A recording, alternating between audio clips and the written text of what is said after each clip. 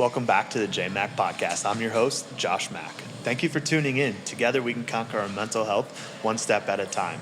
I want to thank our sponsors, Total Roofing and Construction and Arizona Organics, Arizona's first legal dispensary.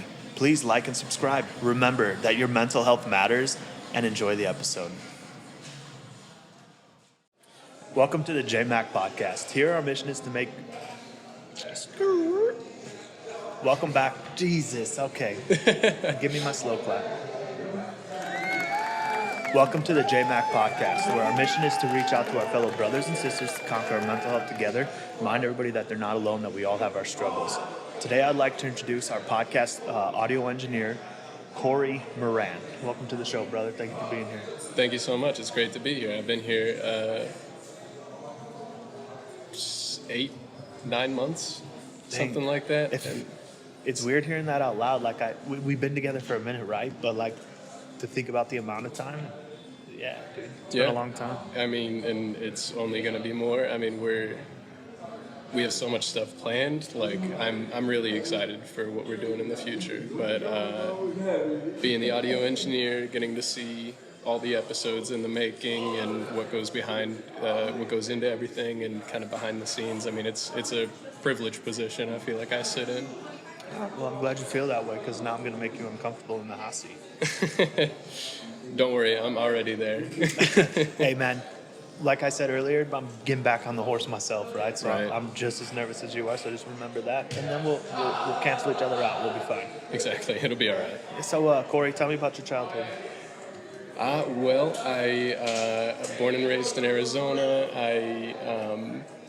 I was always getting wrapped up in romance in high school, and I got into, I became a Christian in high school, and it was definitely a learning experience, whatever you believe. I got from the experience what I think I needed, and truthfully, I think that's what most people do when they seek out religion and things like that. Like, either they fall head over heels into it, or they fall in and out of it, or, you know, I felt like I had a lot of like self-defining moments in that area of my life as it was like 16, 17, 18. I started to kind of get into church, got a lot of responsibilities quickly. So that was something that I still take with me, even though I may not be like the most religious person today. But that was a big part of my childhood and growing up, like a pivotal moment for me.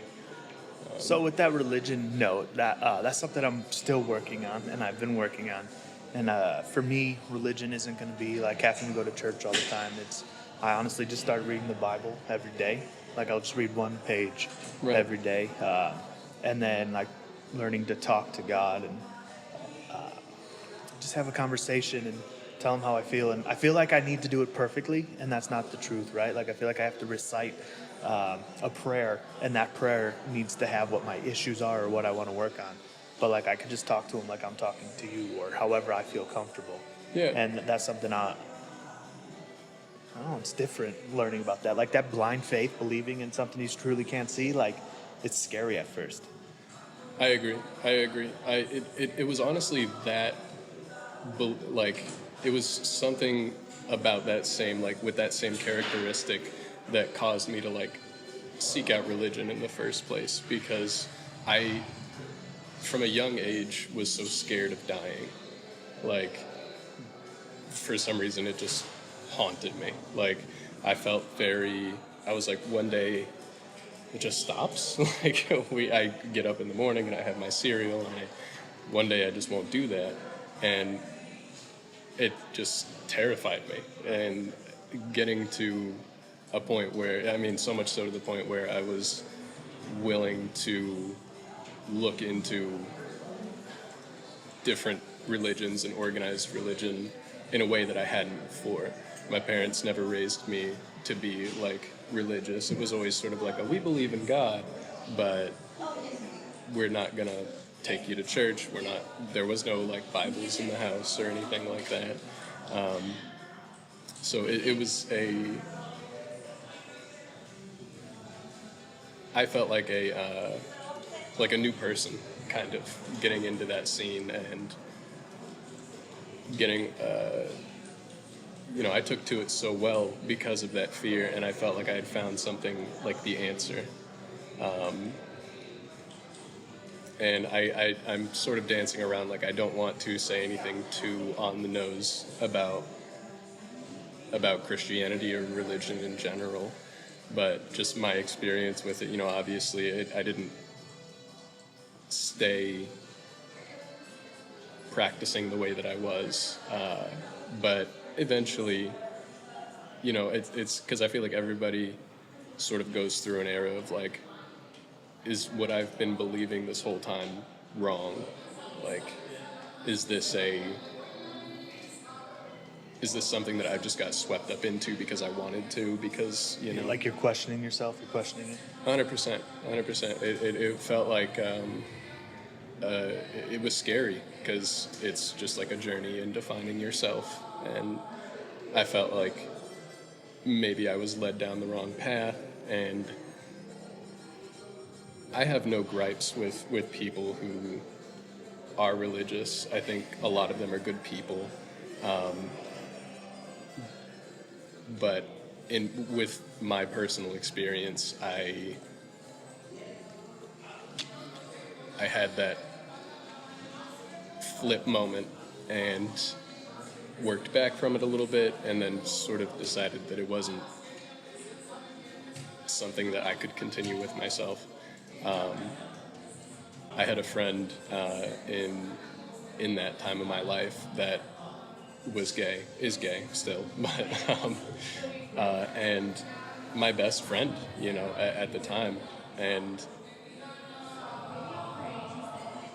in my position, I was leading a Bible study, and I was giving these little sermons passed down from my leadership to, like, they would just give me a general idea and be like, you need to, use these verses and write something out about this. And it got around to, like, the topic of homosexuality, and I just felt so incredibly uncomfortable preaching it as a negative thing to my students, and so that was sort of where I started pushing away, because I felt so, to tell somebody that they were living their life wrong, or to believe that myself without telling them, just because of how they were made me feel slimy. Like I just didn't like it, and so I've matured, since then, and I still believe what I did then, but I also, I think that You have your own opinions. Yeah. It's not as black and white as people make it seem. Like you're not all in or you're all out. It doesn't have to be that way. You can have your own version of religion, your own version of faith, your own version of spirituality, whatever that means to you. And I think that's where I'm struggling with, because the world's so fucking judgmental, right? Not saying that I'm never judgmental, because I'm sure I am a lot, right? But to do something new and different, and then, or like when like you said, you got to a point where it was like, all right, like I believed or respect everything up to this point, but this, like, I don't agree with that. I feel like that's your right? Yeah. So like don't be ashamed. I guess we don't need to be ashamed or worried or fearful for like going against what they're teaching, because it's our thoughts, it's our right. Like I feel Right. like that's a huge struggle of mine, is like I'm just trying to fit in a sense, when like it's okay to stand out. It's okay to be different. I think that's a really good point. Yeah, that's sort of what I was feeling at that time, was like, it's still this whole business about like my sermon regarding homosexuality and not wanting to impart that. That doesn't change anything about how Christianity made me feel about death and about life after life. Okay. You know, like, and so that's where I still struggle today. Like, it seems very like you must believe these things in this order in order to belong. And I know that not everywhere is like that. I've seen multiple churches myself without homosexual people who go and attend church and enjoy it, and still, it's just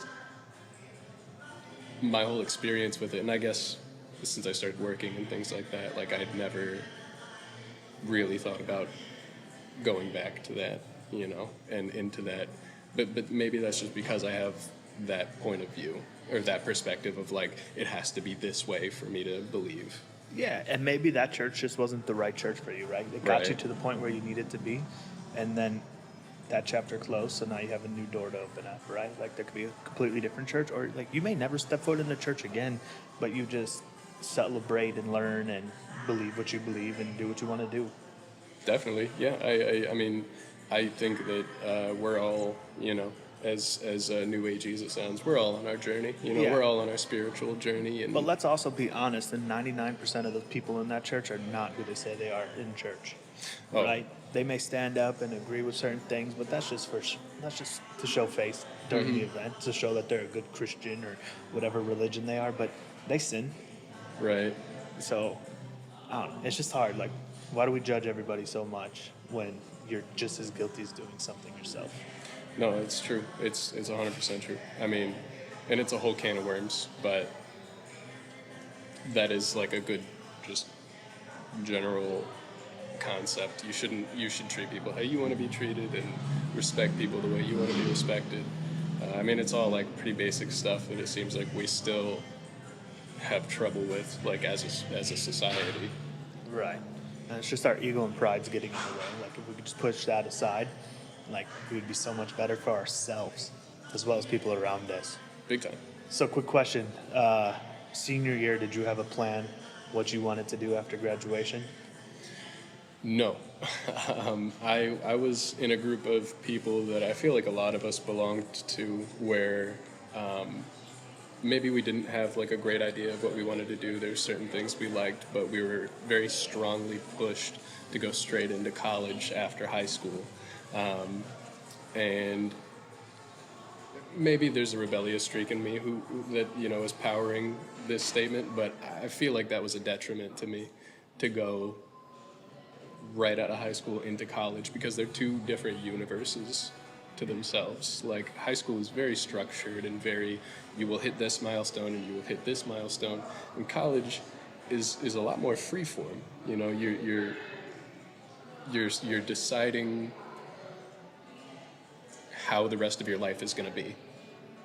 And it's like a 4 or 8 year decision or 2-year decision. Where it's like, am I going to work hard enough? Am I going to do what I need to do? Am I going to turn in everything I need to turn in? And all of that needs like something to motivate it. And if you're not extremely passionate about what you want to do, then it's not going to be as easy. Or I guess I'm speaking a little generally. Like my brother, for instance, is very academic. Like he can get A's and B's like nobody's business without even trying. But for me, it wasn't like that. I needed some kind of motivation to put the effort in to get those kinds of grades. And so out of high school, I went straight to community college for theater studies, and I still love theater, but it just wasn't. It didn't end up being what I wanted to do because I wasn't passionate enough for it to work for it. And then and I dropped out of that and I switched majors and came back and was doing, I believe that's when I did religious studies, and I was going to be a youth pastor, and that was, yeah, that's right. So, and I was going to be, I mean, I really liked, I was like singing with the worship team and stuff like that at that time in church, and it was around all that time that sermon went down, and I ended up leaving. But I was really into that, and once I had that whole change in my identity, like I was like, how can I continue to go for this if I'm like struggling myself and I don't understand or I don't feel confident in my passion for this. So I left again and had jobs in between, and eventually I went to audio engineering school, and that was a really driven decision. I had always had a passion for music, and I wanted to learn more of the technical side of producing music.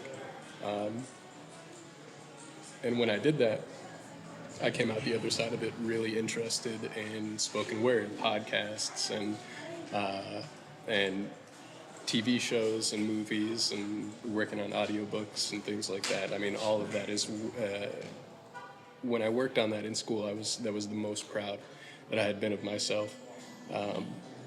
And so that was when I knew that I had found it, because I was willing to put in all the hours and do that. So I came in your life at the right time. Yeah, exactly.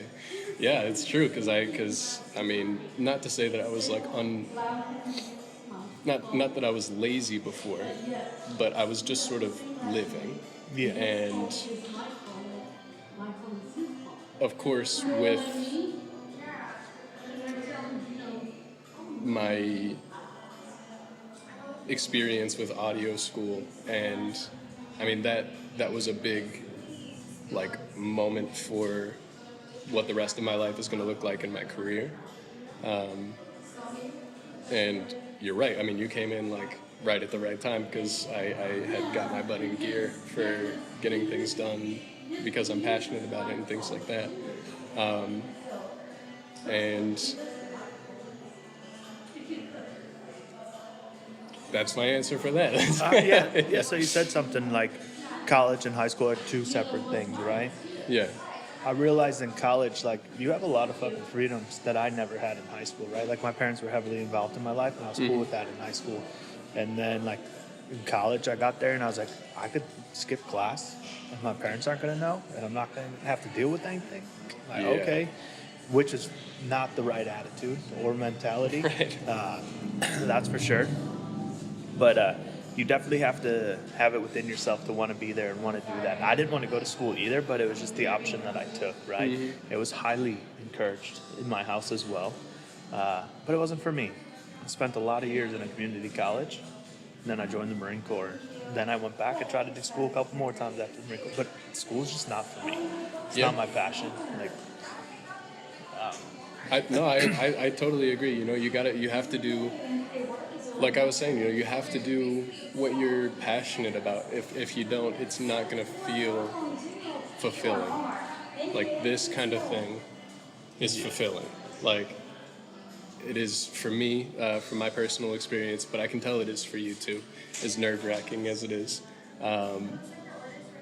Because you're getting to be creative and in a way that's inspiring and helpful to other people. And at the end of the day, you always feel better for helping other people. yeah, I'm definitely a helper. And you don't need school to do it.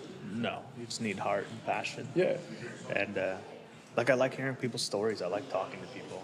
I'm not good in crowds or groups. I'm more of a one-on-one, like, intimate, personal setting. That's where I like to have more conversations, because I feel like that's actually the genuine person I'm talking to. I don't want to meet the person where you're trying to impress, or you're going through all the anxieties of having other people around you as well, so you're acting a certain type of way. I just want to know who you truly are, because, like, I don't have energy to always have a front on and be something I'm not, right? Yeah. So I just want to know who you are as a person. And so, but yeah. Yeah,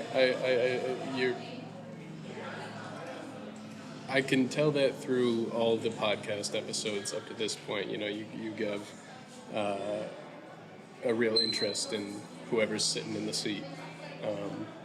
we just shifted the cameras over a little bit. So now this is the seat, but Yeah, it's just because that's where you're gonna be. So we're showing you guys where the audio engineer is. He's here for every episode that we've done here. Yep, right And in this moving chair. forward, he'll still be here, but off the camera next. Yeah, But, I mean, unless we get some kind of crazy poll saying, we want Cory on camera more. Please put Cory on camera. He's so handsome. Things like that. We got to come up with a nickname for you though. Like, there's a young Jamie. Like, come on now.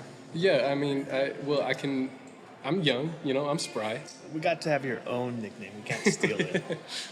Old Jamie. No, we'll come up with something. When my brothers, so I have two younger brothers, and when each of them were learning to talk, before they got like my full name, they would just call me Coco, and so maybe we can play with that a little bit. Done. Like Coco. young Coco or young. Stop stealing that shit, bro. Just go Coco. Well, I feel like, in comparison now to Jamie, I would be like old.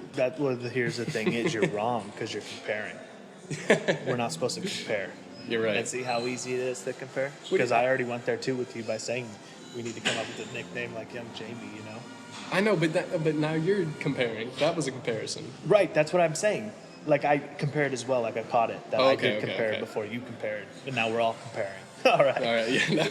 No. But no, I guess if you wanted to go off of that, I guess you would have to be old Jamie or old Coco. Yeah. But that's just That's weird. old Coco I don't in the like corner. it. You're not a big fan? Nah. We'll come up. We'll workshop it. We'll Don't worry, brainstorm. guys. We'll come up with brainstorm, something. for sure. So what are you doing since you've graduated your program? Right. CRAS, Conservatory of Recording Arts and Sciences. I thought I would represent today because they gave me. They made this relationship happen. They made this Exactly. possible. They made this relationship happen. We wouldn't have ever started working together without CRAS. So definitely big appreciate for them. Since graduating, just done a lot of like investment, obviously, but into this podcast, into what's to come. I am, of course, putting my feelers out there to get some work because we all like money. So getting to be able to make money from audio, where I, up to this point, have been spending money to do audio. Shots fired, guys. No, I have tons of my other, of my own endeavors, and I still like music. I still make music. Yeah. So I'm just saying, I'm looking forward to really establishing my audio career this year in a way that is maintainable. Because at the moment I don't have any website or business cards or business. So Right. So definitely, I'm looking forward to getting that more established over the course of this year. I really haven't been doing much else other than working on this podcast right here. Yeah, actually, dude, you should fucking get yourself an LLC or something and make this your business, right? I don't know if I want to say you work for me, right? But you work with me, but then you can have your own entity, so that way we can set each other up for success. I think that's a good idea. I've been wanting to have an LLC, but I guess I get nervous thinking about the. Scared money don't make money. Yeah. It's good. It's good to keep in mind, but I'm just thinking client base and things like that. It's stuff that I still have to build up, and not to mention I'm not the best at networking, and networking is the number one way to establish yourself in an audio career. Unless you get hired by Sony or something. I think you have the same problem I do, and you're thinking about the first ladder step and the top ladder step, and we're forgetting everything in between, right? If you start at that first ladder step, even if you don't do anything other than establish the business, right? You're building years in business. So when you are ready to move forward, you'll already have a year, 2 years, however long we're doing this for, before you decide to what's next. So that way you'll have like, if you need to go out and get a business loan, you have 2 years of business experience already, or whatever the case may be. This is true. And then we could always put it on the back of the card, like Yeah. the podcast card, audio engineer. We share business cards. Yeah. Like we're sharing an apartment, kind of. Hey man, sponsorship, right? Like we're all, it's networking. We're helping each other. You help me. It's the least I can do. All right. I'm a proud sponsor of the JMach podcast. You can't say that yet because you're not an entity. Well, I can personally sponsor. I'm a private sponsor. Appreciate it. Thanks for donating your time with us. Yeah, of course. Something I realize I need to do moving forward is to be more intentional with my actions, not waking up and just living for the day, but to start planning things out. And I really do need to write down my goals, see where I want to be, and then work backwards, like write the steps on how to get there, what I need to do. So that way, each day I wake up with intention and a plan, and I'm cramping in my left shoulder blade right now. Sorry, But it'll pass. this too shall pass, right? Yeah. Yeah, so just be more intentional with my actions, my words, my movement. So like, I'm not just waking up and wasting another day. Like, I'm not saying I'm wasting it, because I actually get to wake up and spend the day with my girls and raise the kids. Definitely. And it's a great experience right now. So I'm not wasting my time, but I could be more proactive in setting up our futures for a better outcome. Definitely. Yeah, you got to, I mean, and I feel a lot of the same, like where I mentioned before that like I was just sort of living, and of course, like being with for almost 5 years now, I have been with my fiance Sierra. Hi, Sierra.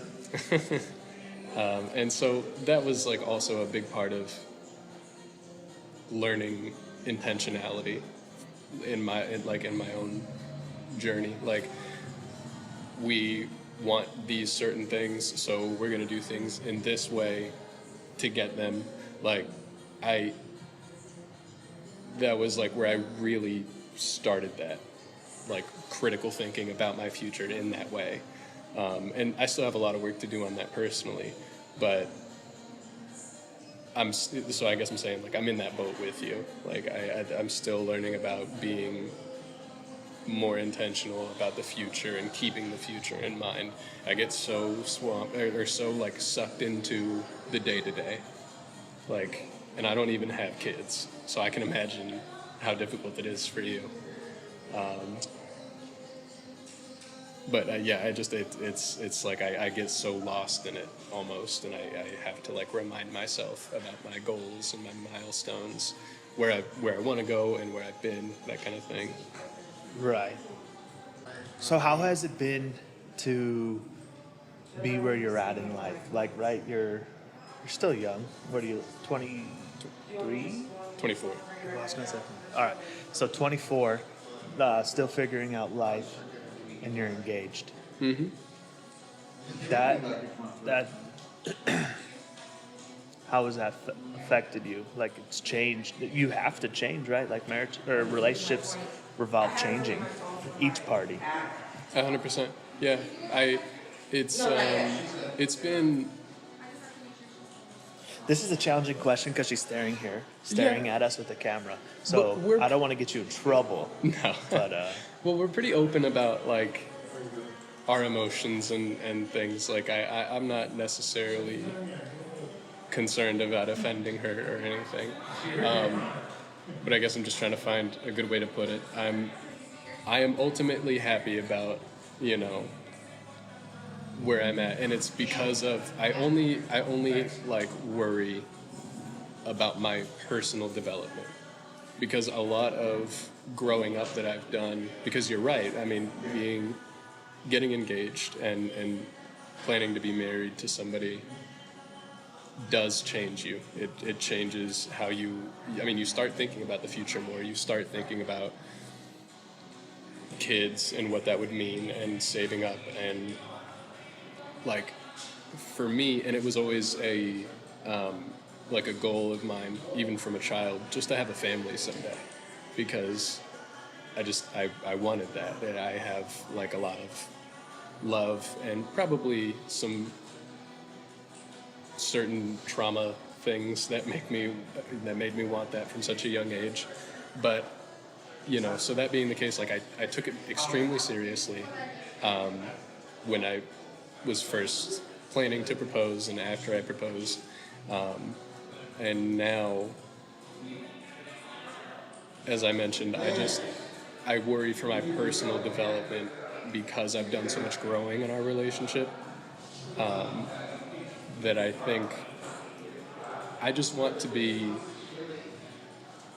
confident and established in myself for the betterment of the both of us. And so I'm still learning a lot of that confidence and a lot of that. I mean, it's all, a growing up thing. I just want to let you know, you're always going to be learning, you're always going to be growing, and you're always going to be changing. And if you don't, your relationship life is going to get rocky and hard. Right. And nobody has it figured out. We're all doing this for the first time ever. Like, being a parent has made me realize that, like, growing up, I thought my parents knew everything. I thought they had everything under control. They knew what was happening in life. Like, all they had to do was raise kids and work, no big deal. Oh, no big deal. Like, and I realized that growing up and having kids helps you realize, like, what you lacked as a child or what you needed. And, like, it's crazy because you could see, like, what sets you off or triggers you with your child. And it's supposed to reflect back on, like, how you were treated as a child in that need time. That's interesting. Right? Like, so if you cried and you didn't get attention, it's going to trigger you to hear your kid crying because you weren't consoled how you needed to be at that time. And so, don't know if that's 100% the truth, but it seems pretty fitting. Yeah, I would believe it. I mean, because you have it's history repeating itself, kind of like a generational curse that you got to break. Right. Yeah, that does come up here often. And, like, your parents, I don't know. For me, I feel like I only remember the negatives more than I remember the positives. But, like, I don't think my parents were bad parents. I don't believe that. I feel like my parents were good parents, were great parents. And I'm realizing that they were doing the best that they could. Because, like, now that you're a parent, you realize, like, oh, shit, dude, everything's not rainbows and unicorns once you grow up, man. Like, it just compiles, life compiles, and, like, you got to be able to control it and handle it. So I feel like that's why it's very important to work on your emotions and your mental health and to learn and grow within yourself so you can be better for yourself and in return everybody around you. Right. Yeah, that's part of that investment that I was talking about, in your future. And, and when I mentioned thinking about having kids and being ready financially for that, but, there's also, of course, like, being ready emotionally. And that's why I'm,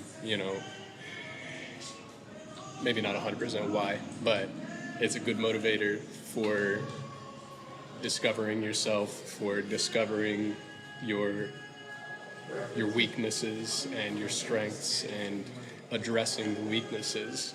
I recently got health insurance again, so I'll be going back to therapy of my own. Unless you want to have more episodes like this, because I'm feeling good. Yeah, I'm always here to talk, man. No, of course, but I'm just. I think the healthiest person still needs therapy. Yeah. It's just, you need somebody who has a clinical outside perspective. And an unbiased. Right. But the hard thing with therapy, you can relate to it, like you said, with church, right? Like, that first church may not be the right thing for you, but that first therapist may not be the right therapist for you. That second, third, fifth therapist might not be the right therapist for you. But, like, don't get discouraged. It is hard having to retell your story, absolutely. But make sure you find somebody you feel comfortable with that's willing to push you in a way that you could be pushed and still unlock things that you've had blocked out or haven't really addressed yet. And then there's also different forms of therapy, right? Like, you can go to the traditional talk therapy, there's horse therapy, there's just being outside, there's art all therapy, sorts of things. Exactly. Yeah. So you just gotta find what's right for you and what works best and, like, continue to grow. And something I really have to do is, like, start giving myself credit for my small goals, my small achievements. right? Like I need to give myself Right. credit for getting back out here and finally recording this, dude. We ended the last year on such a high, no pun intended, but and then I just went dark, and I feel like it set me back in more ways than one, and like it's been a struggle. And I'm sure you've been annoyed with me, but you probably won't admit it. No. But it's been a struggle to pull me out of where I've been at to get me here today. But like, this is my passion. This is what I want to do, and I do feel like I can make a difference, and we can change and help our community. I feel like every time I talk, I say something along the lines of, I agree, or 100%, but I really do agree, because He's my yes man, if you were wondering. we're doing, we're, that's why I joined, and that's why I was, yes, I needed somewhere to intern at, but I could have easily found a brick and mortar establishment to go and wipe down services at for 9 months. This is where the change is happening. This is where the community is being affected, is out in the world. Not that great things don't come from like a traditional studio or a traditional, but we are in the public's face right now. We are doing a positive, we're making a positive change. And even if it's in the smallest way, it feels, you can feel it. It's in Right. the air. Like, people are watching these episodes, they're commenting, and they're feeling like they're not alone. They're feeling like their thoughts aren't the only ones that they have, or that they're not the only ones having them. I Right, guess we is all a have better our way. own struggles, and no matter how different we look or how social media is telling you how great somebody's life is, once you close that door and turn off the internet, man, like life's completely different. Right. Like, Right.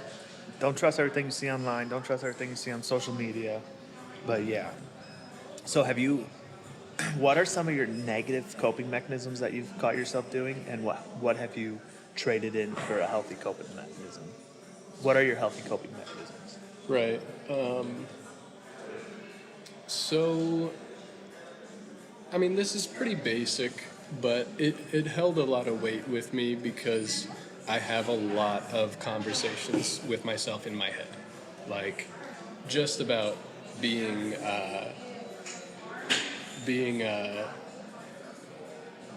anything. It could be, no matter what is going on in the day, I have like this running sort of monologue in my head, like, this, and that, and if it's something like a mistake that I made or something that I even perceive to be a mistake, I will shit all over myself in my head about it. You know, and it doesn't even, it's not always the aggressive way. Like sometimes it's literally just like, oh, that was stupid, you're dumb. You know, that kind of like self-talk in my brain. It's something that I'm still working on, but I've learned to try to replace that with, or at least catch myself like, you're an idiot, and then be like, okay, you're not an idiot. This is what's really happening. It was just a mistake. Blah blah blah. So like, Our negative self-talk. yeah, big Yeah, negative same. self-talk, and so I guess my thing that I swapped that out for is just at least like correcting myself in words, like not just being like, oh, that was a bad thought, but being like, no, you were wrong, you're not an idiot, you're okay, like it was just a mistake, this and that. So yeah, that's like the biggest one for me. I'm still in that journey. You know, I'm still kind of discovering the behaviors and habits that I'm not totally comfortable with, or that I would like to change.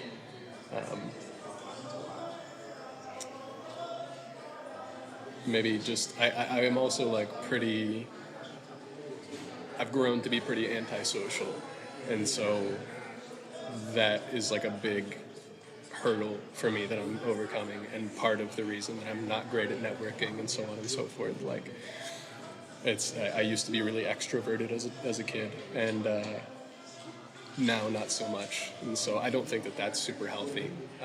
You know, actively like avoiding interactions and things like that. But and so I've tried to make an effort to push myself in those moments that I notice it, and maybe, send that text that you weren't going to send because you just didn't want to bother them or things like that. Right, but you never know how much a text message or a phone call could mean to somebody else. And Definitely. then you're also doing it for yourself. So regardless of how the other person receives it, portrays it in a sense, like obviously you're not trying to come across in a bad way, right? You're trying to be positive and that. So like if you put yourself out there, then like it's a huge thing. Because that's what I did. I definitely isolated myself, and I'm just 100%. a homebody with the kids now, and the wife. And it's just not good, we all have to get out. We all have to socialize and talk to other people. It's true. Because that definitely will lead you into like that dark depression as well. If I continue to self-isolate, like I've been forcing myself to try to get outside, and it's That's how I feel. it's not always easy, but it's worth it when you do. Like so. Yeah. Definitely. What are some other healthy coping mechanisms that you do?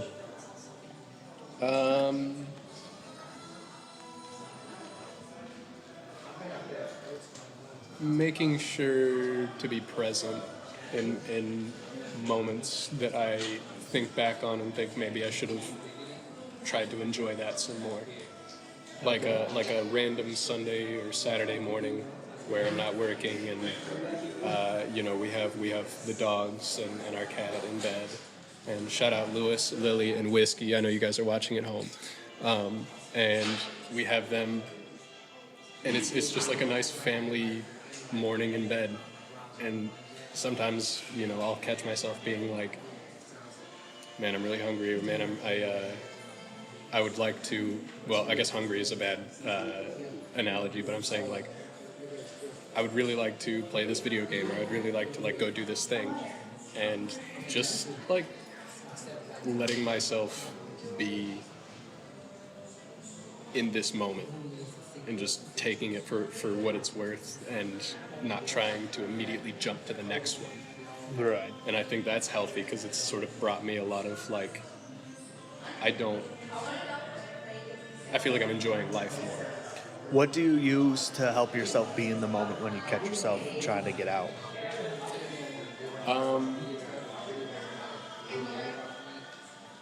I think part of it is definitely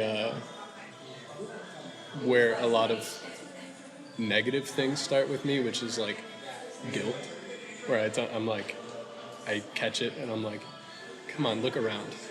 Like, look at where you are. It's again, like kind of that dialogue in my head of like, you're in such a like prosperous situation as compared to a lot of other people. You have a great life and you have a great fiance and great pets and a home and food in the fridge, and Just reminding yourself what you have to be grateful for. 100%. Yeah, that's like the best thing that I can do Okay. to bring myself like back to that moment. It's Okay. just like counting off the things that I have, that I'm happy I have, that I'm grateful for. That's awesome, dude. I'm glad it works for you. Definitely. Do you have any saved rounds? Anything you want to bring up? No, be on the lookout because a lot of new episodes, a lot of new, very crisp, clean audio to come. Very nice video edits, very clean, creative, funny things. I'm great at my job, so I'll be the keep your judge. eyes out. Yeah, But yeah, dude. All right, Corey. Thank you so much for coming on, brother. of course. Appreciate you, man. Appreciate you.